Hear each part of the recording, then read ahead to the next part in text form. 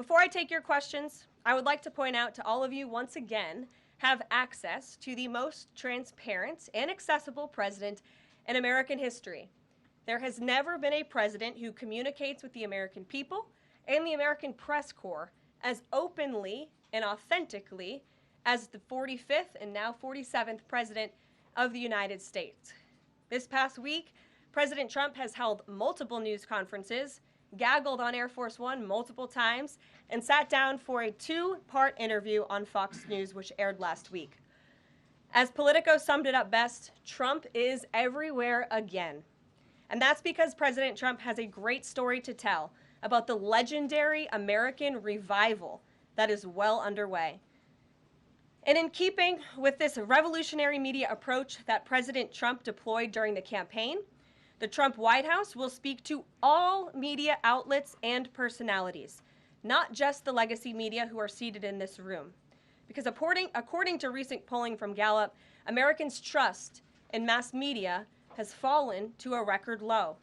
Millions of Americans, especially young people, have turned from traditional television outlets and newspapers to consume their news from podcasts, blogs, social media, and other independent outlets. It's essential to our team that we share President Trump's message everywhere and adapt this White House to the new media landscape in 2025. To do this, I'm excited to announce the following changes will be made to this historic James S. Brady briefing room, where Mr. Brady's legacy will endure. This White House believes strongly in the First Amendment, so it's why our team will work diligently to restore the press passes of the 440 journalists whose passes were wrongly revoked by the previous administration. We're also opening up this briefing room to new media voices who produce news-related content and whose outlet is not already represented by one of the seats in this room.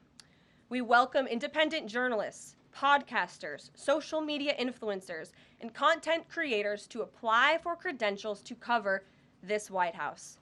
And you can apply now on our new website, whitehouse.gov/newmedia. Starting today, this seat in the front of the room, which is usually occupied by the press secretary's staff, will be called the new media seat.